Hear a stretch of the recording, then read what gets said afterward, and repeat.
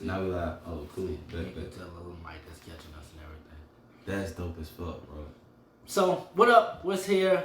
Tell them how random this shit is. This is random as fuck. But this is what my thing is about Amsterdam. It's just Atlanta lifestyle. Meet Amsterdam. It's just Atlanta. Atlanta's random as fuck. You might go outside and meet a crackhead selling a car that just got stolen from Jett's homegirl. And it's like,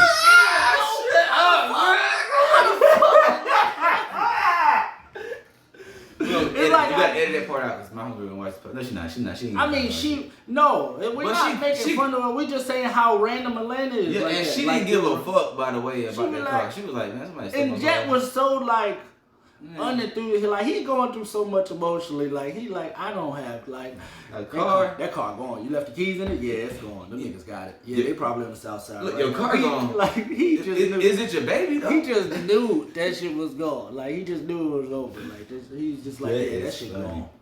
He ain't get but no good about. You know how you call your homeboy and they supposed to tell you something like, nah, it's gonna be alright. You like, nah, that shit gone. Don't even, you know. But I try to tell people that though. I'm like, cause my best friend, God bless dead red.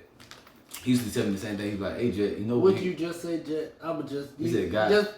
you messed that up. I said, God rest the dead red. Okay, yeah. Yeah, you said, God rest the dead red. Nah, I said, I talk fast. You know, I'm from Florida. He from Florida. I said, God bless the dead red. But what happened was, he told me one day, he was like, hey, man, you know, when we hang up the phone, I'm not going to give a fuck about what you got going on. I'm not going to give a fuck. like, he was like I'm not. As soon as the phone, it's like...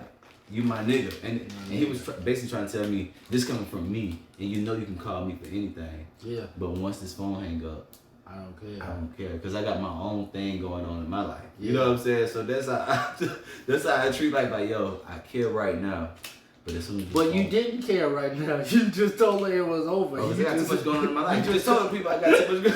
He just pushed her past her shit just so he can get back to his bullshit. And I love her, and that's my dog. And, yeah. And she's a very strong backbone. Hey man. But yeah, right now, like we in two different worlds. You know what I'm yeah. Her shit together.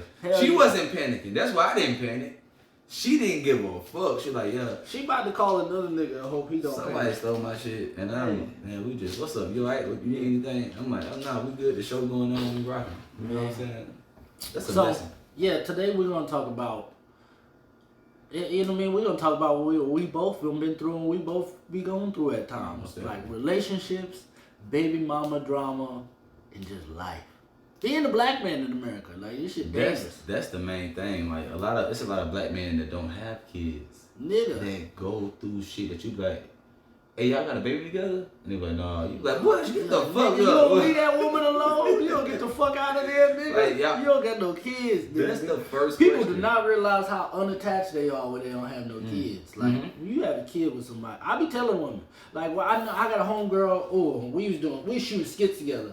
Yeah. And she got pregnant. She was in everybody's face all the time when we shoot skits. And I was going to catch her, but I'm like, you know, my girl came up there one time, so I kind of like, it didn't really finish it, but it was just like, bitch, if you fuck with me, you just kind of be ain't shit. Yeah, you gotta eat some pussy too. Okay. So it was just like, she came up there pregnant one day. You said, if you fuck with me, you ain't shit, or you gotta eat some pussy too. I mean, that's what it is though. Either she gonna be cheating, or she gonna be getting fucked, or while she eating pussy. Like, so, like, that's like, those are the options, bitch. Like, I ain't trying to say much. It's just what happened. My life is kind of crazy, but you know, yeah. So she was pregnant, and she was like with the dude, and I'm telling her from the other side. I'm like, yo. You're happy, y'all together right now. You don't know this man. He don't really know you. And you're at a point right now where you're still trying to figure shit out because you're over here shooting skits. Like, not to knock that down because it's top notch. You know, it's a bunch of amazing, like, I met everybody over there working with my homeboy Eddie. But it was just like, everybody's focused on a goal, boom, boom, boom, and you're like a random character that just got introduced into the situation. So you're still trying to figure things out. Mm-hmm. So it's not the best time in your life to try to create a person with someone you barely know. And there's so much that goes into having a child. Like, women go through all these different emotional changes that men don't go through because we don't have a baby in us. Like, so, like, during the pregnancy. I don't know, bro. I really caught a lot of. I started reading like maybe like after like 7 months of the pregnancy. I was like, let me pick up a damn book because I don't understand this shit. So as I started reading, I started realizing that men do have postpartum. Oh no, we do have that. Yeah, we do have postpartum, but I'm just saying, our preconceived notions as to what's real and what's important in life. Mm-hmm. We're still moving through life as like, okay, I need to get Pampers, I need to get this, I need to, you still doing what you're doing. Men are taught to just provide. We're not taught to love. And the woman is feeling like, I got this baby in my stomach. How am I gonna feed him? How he gonna be here if he just leave? Like, she's feeling all this crazy anxiety that you have no idea about. You thinking that you doing what the shit that she's saying you supposed to do. Like, yo, I'm coming home. I'm getting the Pampers. I'm doing this. I'm doing like, but she like, no, you gotta be a man. You gotta be ready to be adult. She's saying shit that's like, it's like you like, I'm trying to do these things, but these things don't happen when you say them. Like, you're not gonna say, I need you to be a man and be more assertive and do this, and then tomorrow it's like you're talking to me about the same shit. It's like, now I'm trying to do the things that you're saying. You have to give me time. Yeah. And women don't recognize that there's a different time frame and a timeline that the men and the women are. Because a child is being born and you're feeling that in your stomach, like, I'm not moving at the same rate you are. Okay. So it's like, she's like, she knows this baby is with her. You done left and went to the store, and she like, oh my God, if he leave and go to the store and never come back, it's just me and this baby. So I gotta make sure I'm good for just me and this baby. And it's like, they start to protect themselves from you. And it's like, that's not what we need to do. We need to be building together. God, you speaking, boy. I'm not even, look, that last 30, 40 seconds you just hit me with, yo, that is the realest shit. Yeah. Because a lot of times they do like step into like, hold on, nigga. You know what I'm saying? They start playing phone back. Because when they start doing that, they're like, no, I gotta keep the kid from you because I don't know what you're doing. And you're like, how are you keeping the child that came into your life and my life at the same time? How are you this omnipotent one where everything you do is right for him and everything I do is affecting him in an adverse way, and you gotta protect him from me? Like, you could do stuff from them too, right?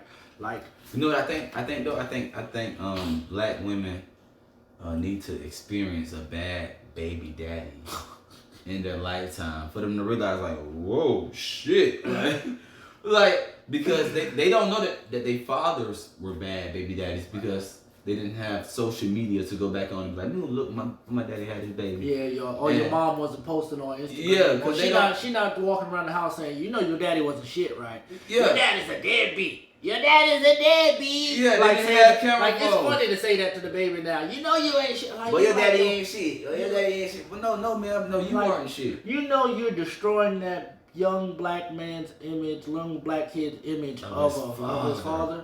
And if he feels like, at a certain point, he's going to get to a certain age, you're going to be like, you look just like your father. And that's going to be a condescending thing that you constantly push on him because you can't stand the decision you made with his father. So you're going to impose your negative, feelings toward the father towards your child. And I watch that be done over and over, and it's just like, my mom was a great mother. I love my mom. Hey, shout out to my mama. And my mama said that shit. Yeah. My mama, exactly. My mama's amazing ass woman, but people aren't perfect. People aren't perfect. And my mom was, when I was born, my mom was 17. Yeah. Like, she was a fucking child having a child. So she wasn't ready. She didn't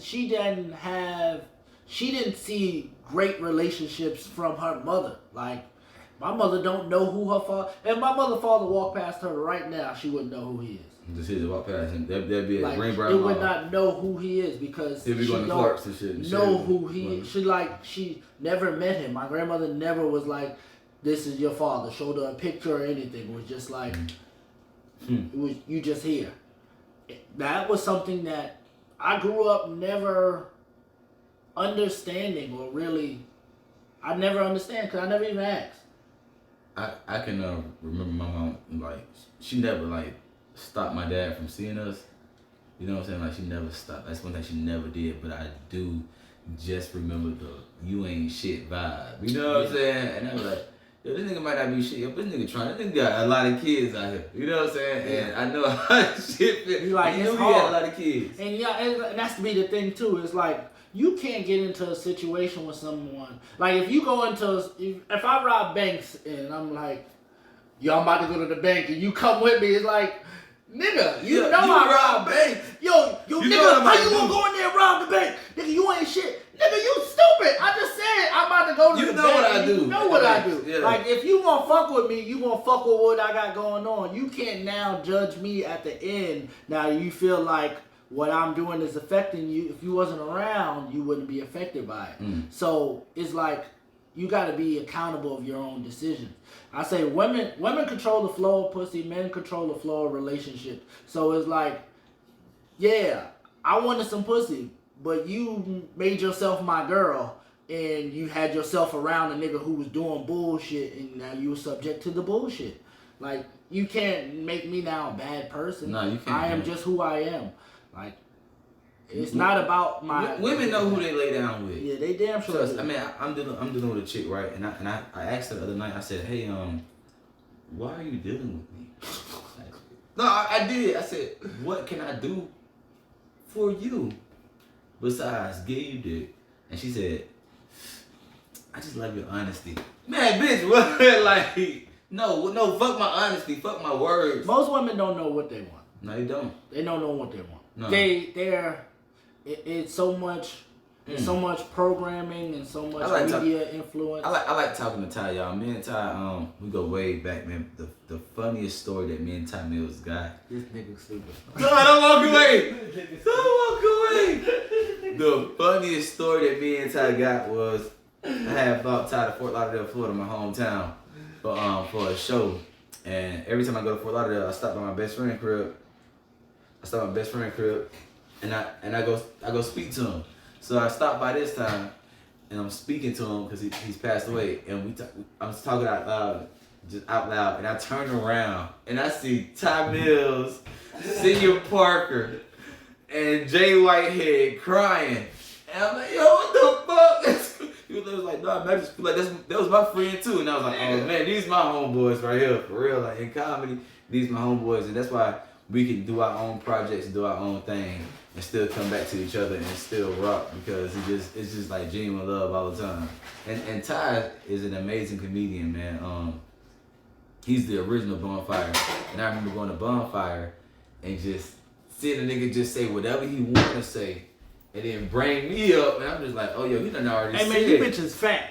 I'm about to bring up my nigga Jett Wilson. And I'm like, yo, he already called y'all bitches fat. I'm like, what can I say to offend y'all at this point? Like, but yeah, man, that's real. That's funny. I have a whole conversation with the dykes and be like, bitch, my strap bigger than yours, ho. Like, and you be like, yo, what can I say to offend y'all? And then he give me my favorite comedian is Chris Rock. So like Ty material reminds me so much of a Chris Rock style that he just don't care and he just kick it how he kick it and I just like, yo. When I watch him, I'm like, yes, and especially when niggas catch their zone. You know when you in your mode, you know what I'm saying? In that zone, you get that glow like yeah. Bruce Leroy. Like yo, nigga come off stage, you be like, nigga, I don't even know what the fuck I just said, but that shit was just bomb, yo, bomb. You ever got off stage and be like, and somebody be like, yo, good set, you be like, yo, that's real. And you hit him with the flex. Like, nah, I ain't never did that. Dog, I done walked off stage a couple times. That's some Florida shit. Dog. That's some Florida shit. I done walked off stage at Cats and I'm like, yeah, like this is like, yo, y'all felt that. You know what I'm saying? Because I just feel like that's. Jett has great material. Jett just has to work on his confidence. I have to work on that confidence. That confidence is everything. He and the crazy thing is like, it's the difference between not being scared and not being confident. You can not be scared to get your ass whipped. Jump in there. But when you confident, you like, nigga, come on, let's go. Like you already know what it is. Come on, you can't confidently get your ass whipped. That's some old. But just to not be scared to even get in there though. You know what I'm saying? But be confident to get in there. But I told somebody else there, confident in yourself, confident in knowing that, nigga, I'm funny as fuck. Like nigga, this is me. That's what K-Dub said. K-Dub was like, hey Jett, man, I want you to stop walking around like you ain't you. Yeah, nigga. And I'm like, what? Like you put on shirt, like like out here in comedy, it's one thing to work with people, but it's one thing to put money in niggas' pockets. That's a when totally you put different niggas, when you put niggas on the money and you Yeah. creating like Yo, I gotta write shows it and down. stages, you in a whole different lane. A nigga look at you differently, cause they look, it's opportunity in situations when it's working with you. You're not just another nigga that's going, yo, you getting on stage, or yo, you know, you're not doing nothing. There's something, there's value. There's value when we communicate. And there's an even exchange, because you got something and I got something, and it's like, let's work, let's get it. Or you got another, all right, boom, let's run the budget. It goes back to relationships. As every relationship you are in, whether it's comedic, whether it's love, no matter what it is, you should be getting something out of that. You know what I'm saying? Like, if I'm not getting nothing out of this relationship, yo, why am I here? Why the fuck am I here? But that's with any relationship. People think, Exactly. like, if you're not in every relationship, you being used. If you're not able to be used, then you're fucking useless. Well, if you dating a girl and all she could give you is pussy, then that bitch is useless. You could jack off, nigga. You ever jack off before a bitch come over and be like, I don't even want this hoe to come over with. Like, that's how you know you really don't like her. Like, people just be wasting time. You gotta stop wasting time and know what's valuable. Cause your time is the most valuable thing you got. People be wasting their time. Like, I hate how women always want to jump into relationships. Like it be I get a lot of things be our fault as men, cause we, you know, we go along with the shit. Yeah, women love women love dumb relationships. But it's always stupid. Like, okay, if you out right now, you go out tonight, you meet a girl, she gonna ask you got a girl, and it's like, me having a girl has nothing to do with our conversation. What I'm like, what we trying to do? Because it's like, boom, if I did have a girl, or if I didn't have a girl, you're not willing to do the things that I want my girl to do. I want my girl to fuck me all the time. I want her to be my business partner. I want her to be my assistant. I want her to do so much that most chicks are gonna be like, they can't do it because they don't have the resources, they don't have the capability, they don't have the know-how to get certain shit done. So it's just like this shit not gonna work. I'm sorry, y'all. We trying to set this camera up. All right, quick, one time. There we go. That's solid. All right, cool. I'm like, this shit not gonna work. But when you not getting nothing out of a relationship? No, it's just like if you were dating somebody and they asking the girl want to be your girl, but it's like you host shows, so you need a bitch that gonna stand outside, pass out flyers. She gonna get emails. She gonna bring value. Like, bitch, I don't need no bitch that just wanna fucking suck on me. You think just cause you look good that I'm supposed to be like, yeah, I'm supposed to, like, no, bitch, you're not helping me get to this bag. You just another bitch that's just around and wants stuff and think you deserve because you got pussy and because other niggas want that pussy, so now I should overvalue it because other niggas want fuck you too. So it's like, I won't do it. This other nigga I better put you first because nobody else get pussy first. Like, no, bitch, like I can't place value on your pussy. If your pussy is so little of value that you see me doing things and you're willing to give it to another nigga just because he willing to buy you drinks and hookahs and shit, then your pussy ain't worth nothing. You're a liability. You're not an asset. And most women be liabilities. They don't even recognize. And niggas be liabilities too. I'm not just focusing on, but I'm just saying, speaking from the men, and because we men. Yeah, no, I truly believe that it's a lot of women taking care of men.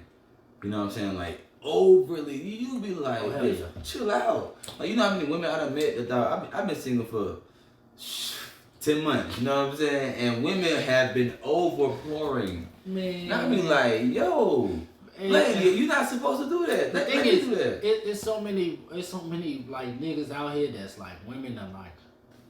There's so many niggas out here that women don't really generally have a good time with. So when they meet a nigga that they have a good time, they'll pay you. Yeah. Oh yeah. They'll pay you. Women are out here because they don't know how to have relationships. No. So it's like It's like escorting. Like there's like the nigga get an hour, he'll get a half an hour, or he'll get the girlfriend experience.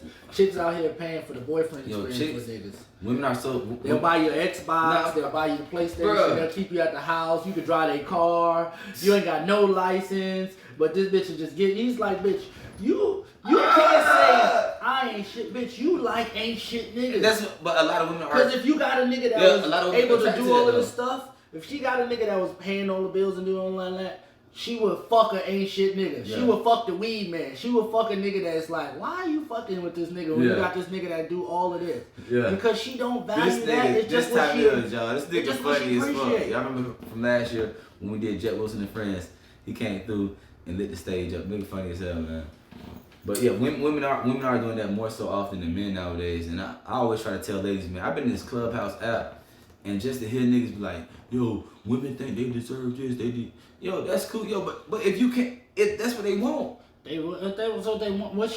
What her expectation is and what she wants is what she wants. You can't say that she's not entitled to what she wants. What she wants, she deserves. You gonna give it to her, yeah, is a total other thing. Like I've had women say they want things, but just because you want something don't mean you gonna get it. Like it's just a fucking want. Like I want $1 million, but that don't mean I'm gonna get $1 million, right? I mean, I'm gonna get $1 million. I want $1 billion, but I don't know if I'm gonna get $1 billion. Like I understand how to get $1 million, but $1 billion is kind of like there's a lot of taxes and different other shit that goes into. First of all, people don't even know most bank accounts don't even insure over $250,000. Like you can't even put over $250,000 in Bank of America, or Wells Fargo. Like that shit, like it could be gone. Like anything. Nah, there's some niggas with that shit in there. I know, but it's a different type of account and it's a different type of insurance and type of things that go into what's okay. And like you can't. Yeah, you just can't be a regular nigga. You can't just be a regular nigga go to the bank and be like,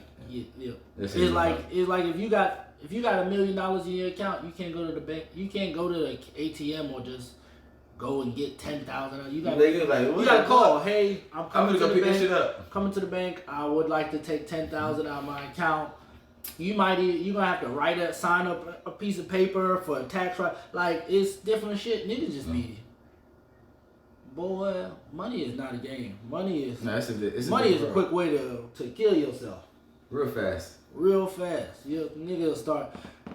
You can tell when niggas get money. Niggas blunts get bigger when they get money. What's up, cuz? Hey, we got two things going on right now. We got a podcast that we're recording. Podcast. And then below the podcast, we have a Facebook Live that's going on. So. Oh yeah, I'm in Facebook jail because I got invited to a Locks music group. Like you made a crazy comment? Nah, some nigga got in the Locks group and he was like, all these niggas is whack. I was born in '94. I'm from New York. And the Locks is trash.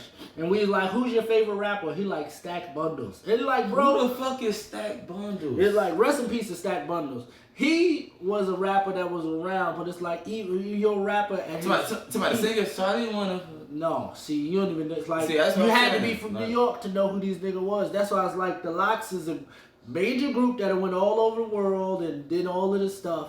And then you got Stack Bundles over here. That's just, a New York underground rapper that got killed before he got to really, have his chance. How do you feel? How you feel about Lil Durk still dissing Tuka? I mean, why is he still dissing Tuka? It's just Tuka was 15, dog. That was 15 years old, bro. Y'all killed a 15. Niggas be dissing and smoking Tuka. Like, bro, why? It's just like, why are you smoking a 15-year-old? People don't know when something become a trend. Like niggas don't give a fuck about when it started, how it started. They just know that it's going on. Niggas don't be giving a fuck. I heard niggas say we smoking on Pookie Loc tonight. I was like, man, come on, man. Niggas say we smoking on George Floyd. This should have choked the shit out. Come on, man. Why would y'all do that to George? Nipsey, everybody got their own. We seen the Nipsey pack. Nipsey, a marathon OG. That shit. That's some gas. That shit smoking on. That shit smoking. Obama runs. Like they disrespectful with the weed now. God God, I nigga disrespectful as fuck with weed. I wish I would die nigga name some shit out of me at a jetpack. I'm coming back when you find my shit up. You already know I'm smoking that. Yeah, I'm coming back. I got that jet, nigga. I'm coming back. You smoke my No. pack. I am on the way, boy. Trust, boy. It's a It's gonna be like Ivory on goddamn high. Yeah. Like, oh shit. Yeah, I'm coming back every time. All he gonna do is tell me he gonna go through my bitch phone when I'm not around. He's I like, nigga, that promise. bitch ain't shit, bro. Yeah, like- I told you, bro. Nigga, that's a movie, Check bro. her inbox. Nigga, that's Check a her movie. inbox. That shit's funny as fuck. Oh, Don't man. talk about that shit. We can't Yo, get my oh my god, That's hilarious. But yeah, me and Ty relate on a lot of comedy together because we both kind of like travel the same lane as stand up. You know what I'm saying? She said that's a strand now. Oh, Jetpack? Jetpack? You smoking that jetpack? That jet fuel? I smoked the jet fuel before. I'll be in LA next month, matter of fact, on the 8th. No, I'm smoking, guys. Where you going to LA? On the January 8th. No, where? I'm finna go pitch my shit to a couple of little Oh, small. you on Lil VVO and Yeah, shit. yeah. I know Lil VVO.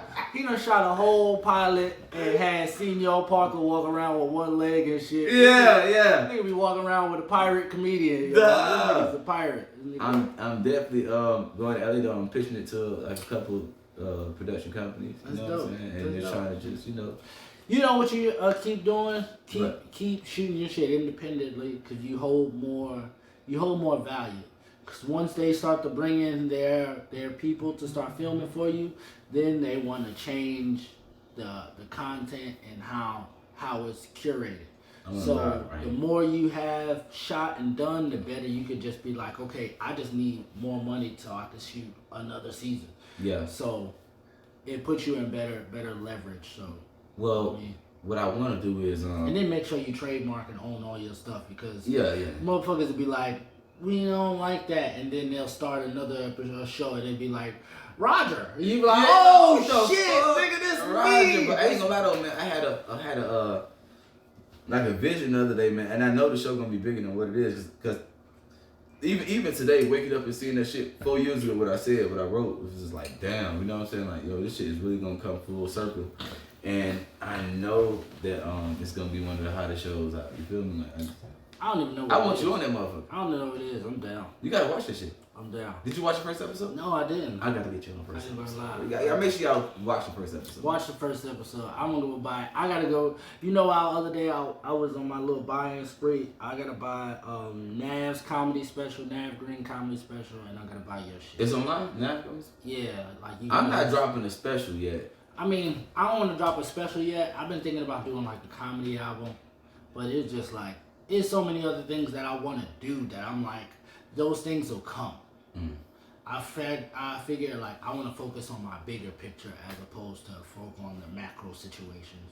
Because I feel like there's small revenues of income, but if I have a bigger situation going, that they'll be bigger because it's like I have something going on bigger that is like, oh, let me go check out what else he got going. Yeah, and that's my plans with Rodney. Like my thing is to push Rodney, and then when people come see my stand up, they be like, damn, this is a totally different nigga. You know what I'm saying? Like, Oh yeah. this is not the same nigga that I watched on the show that was hurting and lost and everything. Like, No, this this is is he heard lost on stage. I do. You cut it. I'm just talking shit.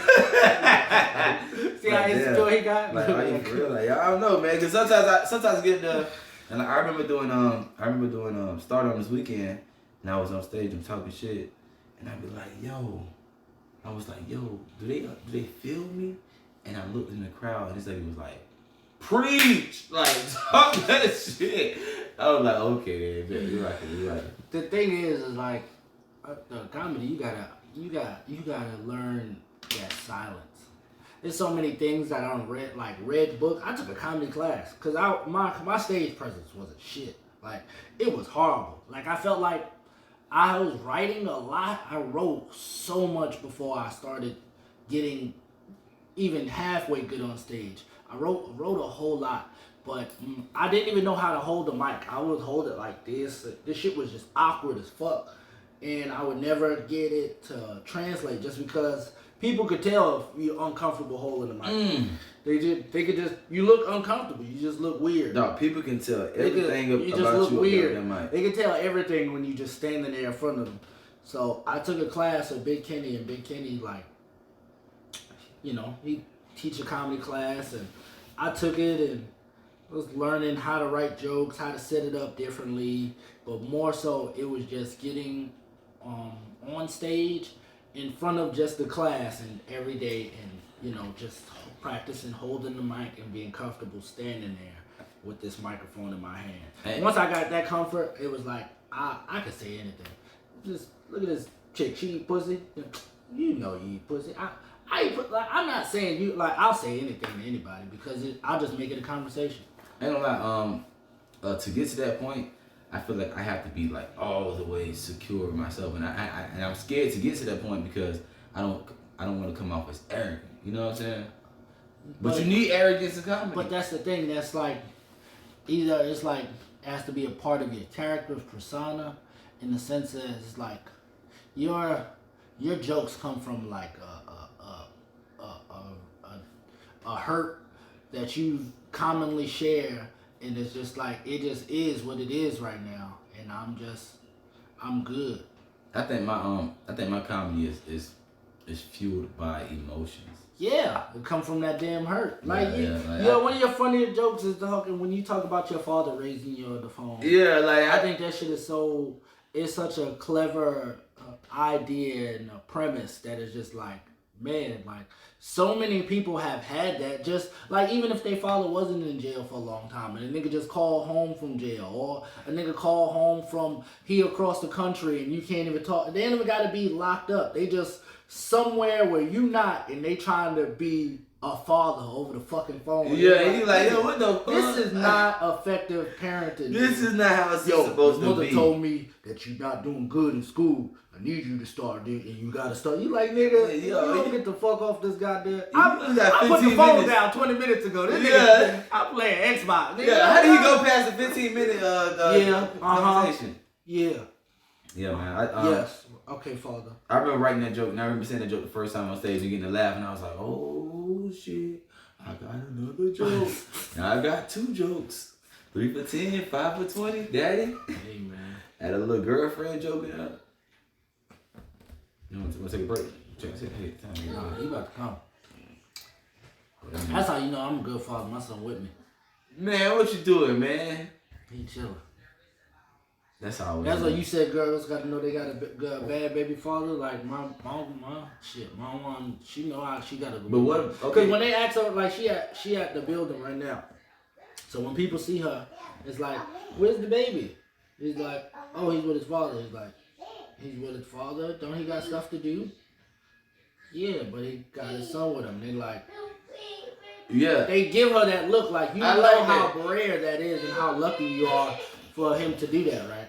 Yeah. I'm coming now. What you want? What's up, Lil Ty? Yeah, what's wrong, man? How old he is now, 2? Yeah. My son gonna be hooping on his ass when he get older. He better know how to hoop. Lil Ty, you better know how to hoop, Lil Ty, cause Jason's gonna be hooping on you, boy. You better trust that, like on G. Ain't gonna lie, this is a nice camera. You too. I take a picture of that up, boy. Yes, sir. Okay. Let's do it.